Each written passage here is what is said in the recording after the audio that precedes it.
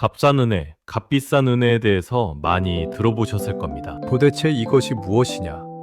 짧지만 들으면 이제 어디 가서 아는 척할 수 있는 시리즈 시작해 보겠습니다. 우리는 은혜를 너무도 자주 말합니다. 은혜로 구원받았습니다. 다 은혜입니다. 이 말이 얼마나 복되고 아름다운 말인지 모릅니다. 그런데 보네퍼는 이 익숙한 단어 앞에서 우리에게 불편한 질문을 던집니다. 당신이 말하는 그 은혜는 혹시 값싼 은혜는 아닙니까? 값싼 은혜란 무엇입니까?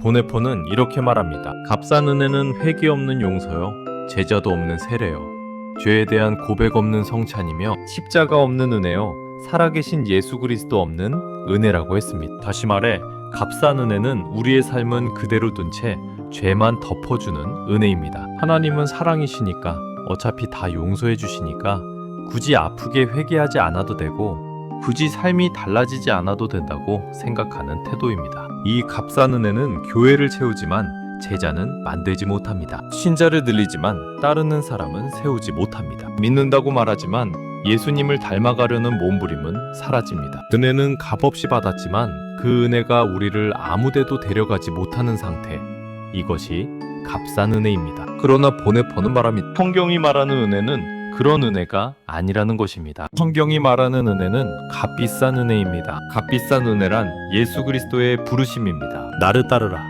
이 부르심 앞에서 사람은 자기 삶의 자리를 떠나 예수를 따릅니다. 어부는 그물을 버려두고 세리는 세관을 떠나고 죄인은 옛삶을 내려놓고 새로운 길로 들어섭니다.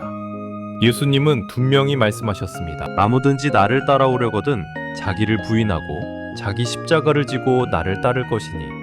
라마가복음 834. 이 말씀은 은혜가 우리를 편안하게 만들어주는 초대가 아니라 우리를 죽음으로 부르시는 초대임을 보여줍니다. 옛사람을 죽이고 자기 중심의 삶을 내려놓고 예수님을 주인으로 모시는 삶으로 들어오라는 부르심입니다. 왜 이것이 값비싼 은혜입니까?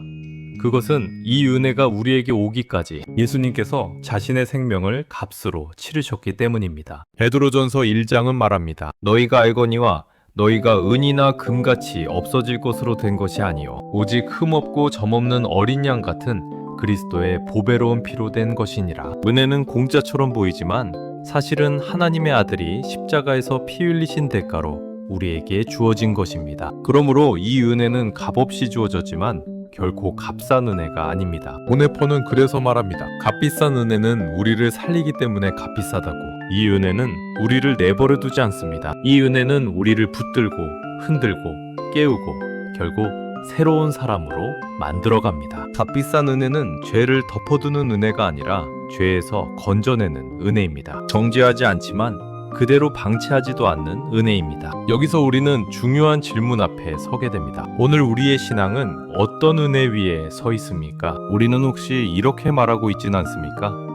나는 은혜로 구원받았으니 괜찮아. 이 정도쯤은 하나님도 이해하시겠지. 그래서 여전히 미워하면서, 여전히 용서하지 않으면서, 여전히 욕심과 탐심을 내려놓지 않으면서도 마음 한구석으로는 그래도 나는 구원받았어 라고 안심하고 있지는 않습니까? 이것이 바로 값싼 은혜가 우리 안에 스며드는 방식입니다. 값싼 은혜는 십자가 없이 부활을 말합니다. 고난 없이 영광을 말합니다. 죽음 없이 생명을 말합니다. 그러나 성경은 그렇게 말하지 않습니다. 성경은 우리가 그와 함께 죽었으면 또한 그와 함께 살 줄을 믿노니 로마서 68라고 말합니다. 십자가 없는 영광은 없고 죽음 없는 부활은 없습니다. 예수님을 따른다는 것은 그분의 십자가 길에 참여하는 것입니다. 보네퍼 자신의 삶이 이것을 증명합니다. 그는 나치에 굴복하지 않고 히틀러에 맞서며 결국 감옥에 갇혀 교수형으로 생을 마쳤습니다. 그가 값비싼 은혜를 말할 수 있었던 이유는 그것이 책 속의 개념이 아니라 자신의 삶으로 붙들고 살았던 진리였기 때문입니다.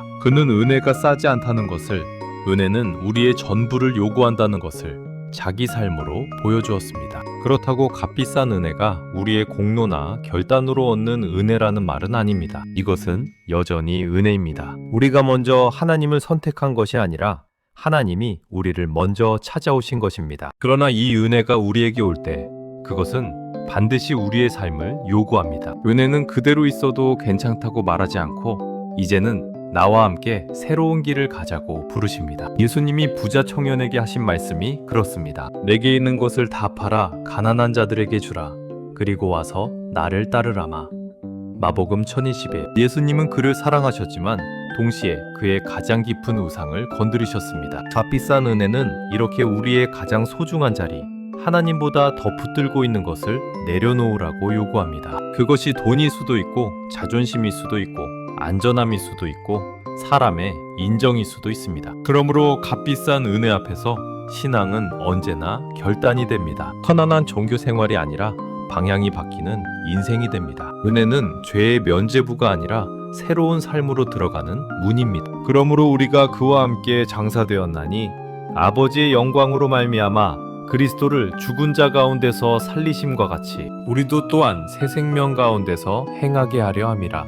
로마서 64. 사랑하는 여러분, 은혜는 우리를 부르십니다. 교회 안에 머물러 있으라고 부르는 것이 아니라 예수님의 길로 들어오라고 부르십니다. 주일의 감동으로 끝나는 신앙이 아니라 월요일의 삶에서 예수님을 따르는 제자의 길로 부르십니다. 말로는 주여 주여 하지만 삶은 여전히 내가 주인인 신앙이 아니라 작지만 분명하게 예수님이 주인이 되신 삶으로 부르십니다. 마지막으로 묻고 싶습니다.